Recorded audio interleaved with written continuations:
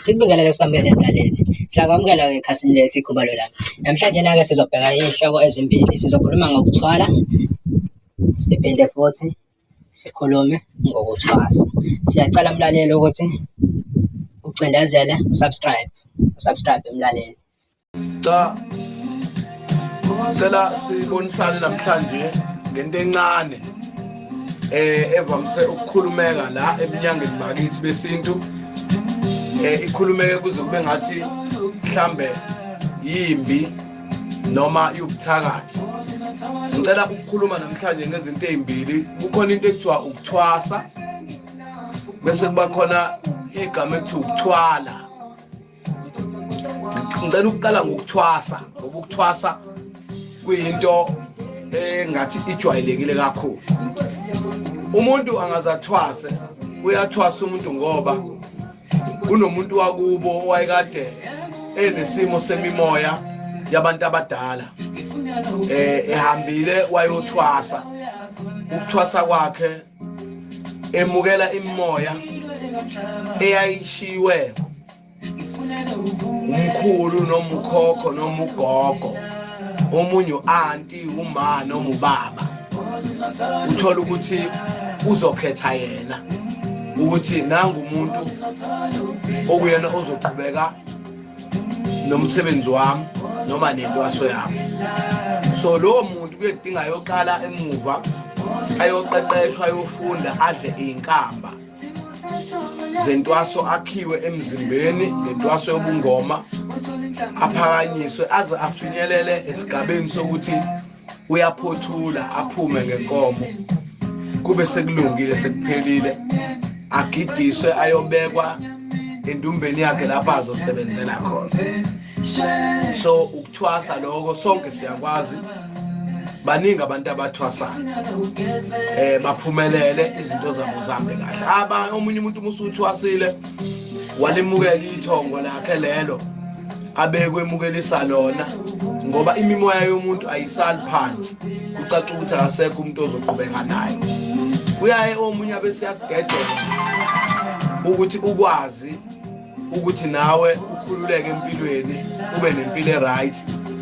Uloku uba nomphahlo wakho, uqe lapha endumbe, ushisa impepho, ukhulume, uphahle. Uma uthokoza uzothokoza, uma waye umakhosi uzoba umakhosi nawe, umakhosi. Ukuthwasa, ukuthwasa ke kuyinto engathi ijwayelekile.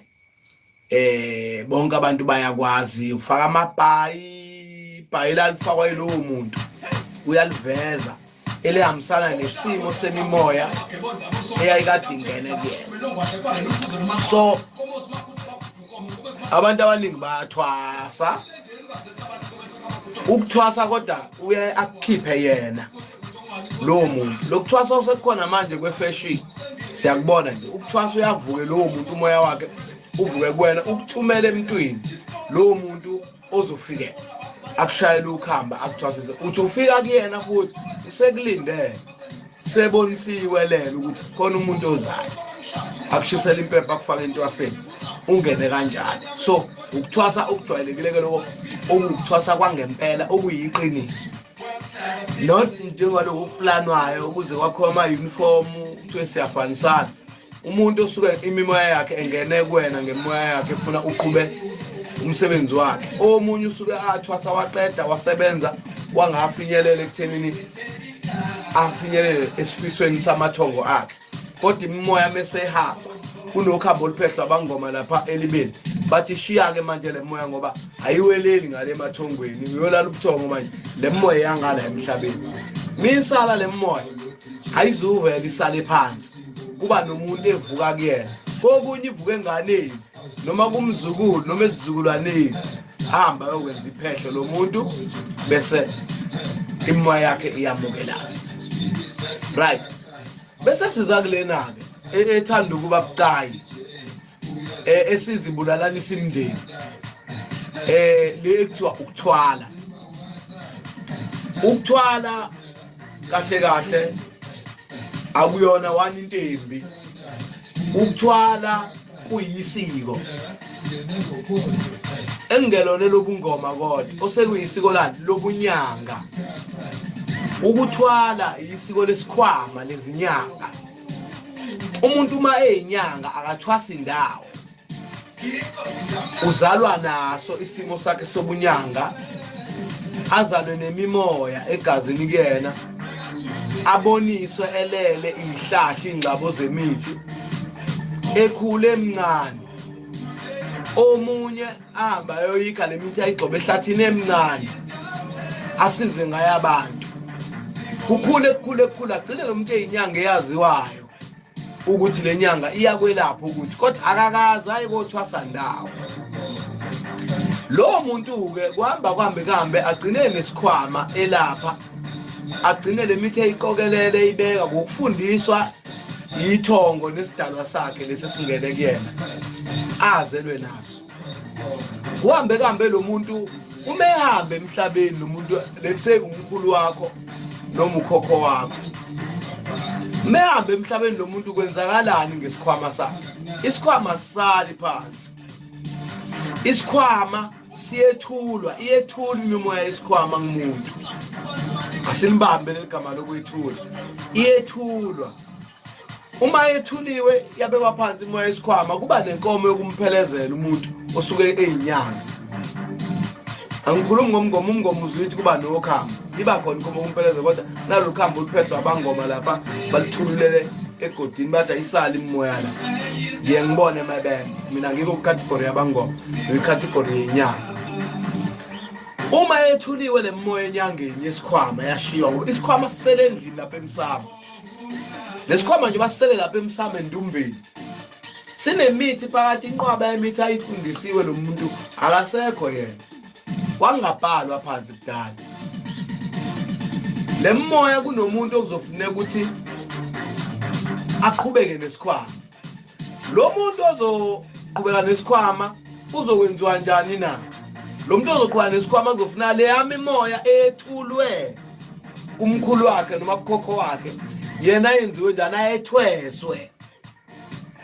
Liyalizwa lelo gama. Ithuliwe, usuyenze njani wena oqhubekayo? Usuyayithwala. Uthwala imimoya yobunyanga yokusebenzisa lesa sikhwama sikamkhulu wakho. Imimoya ethulwe kubaba mkhulu ngesikhathi ebekwe egodini ethuneni. Uma mina ngizothatha isikhwama noma ngithatha isikhwama, mina ngizofuna ngethweswe. Ethweswa imimoya kababa mkhulu yokwazi ukusebenzisa isikhwama sikababa mkhulu. Okusho ukuthi ukuthwala akubona ukuthakathi.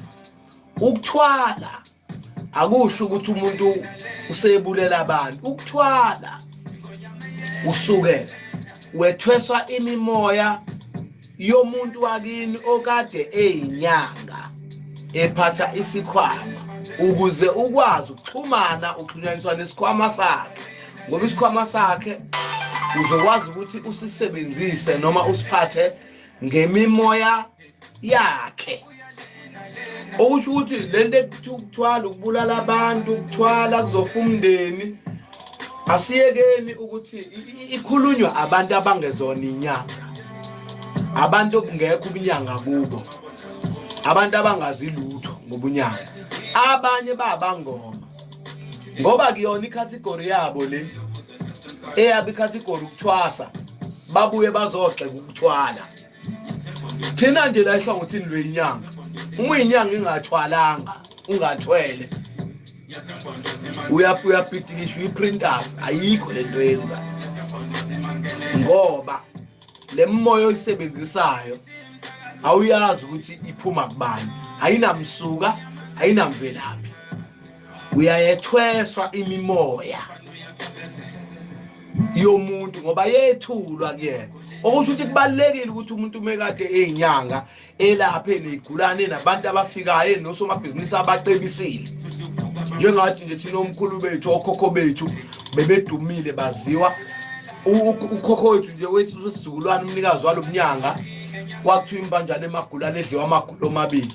La magula yini? Igubhu, amagona. That's why thina kufanele uma uzothatha lobunyanga bakithi kaMhlaba uthweswe uthweswa imimoya yokwazi ukuxhumana nezigubhu, uthweswa imimoya yokwazi ukuphatha isikhwama sawubaba nokhokho.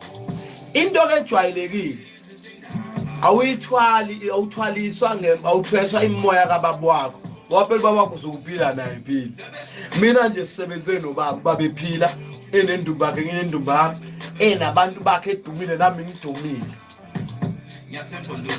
Wangitshela, ngafika kuyena ngamchazela abantu abathathu engibabonile ukuthi ngibona umuntu onje wabachaza ukuthi abantu kusukela ubunyanga buqala kusuka kubani kuze kubani wasethi kushuthi wena njengoba kuyilo okunikeze isikhwama nezimpande lezo obuyiphethe, kushuthi wena ukahle ubaba wami, okuwukuthi ubaba omkhulu kumina, okuyena wena omukela imimoya yakhe.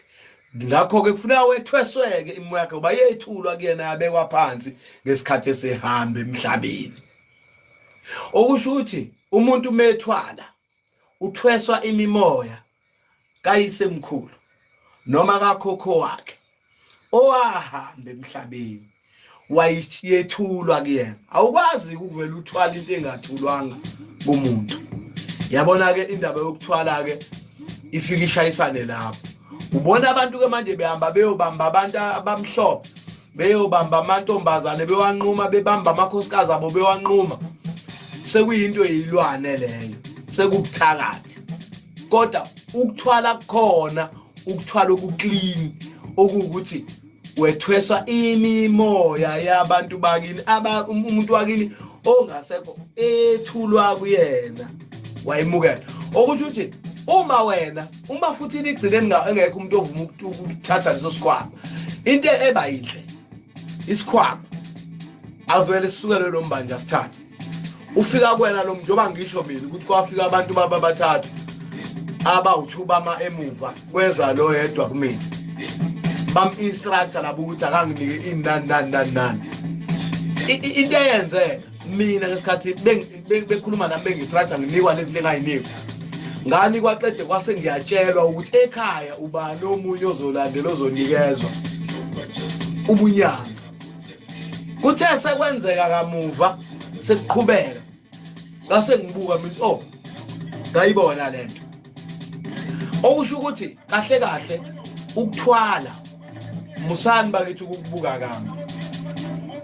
Ubunyanga bakithi vele uhlanganyeliwe abelungu, ngoba abelungu thina sibahlulile. Isifo sokwabelungu abakwazi ukusilapha, thina sisilapha ngisho ngesiko esibrown. Umuntu wesikhathi edlethiza njewa sithatha isiko esibrown.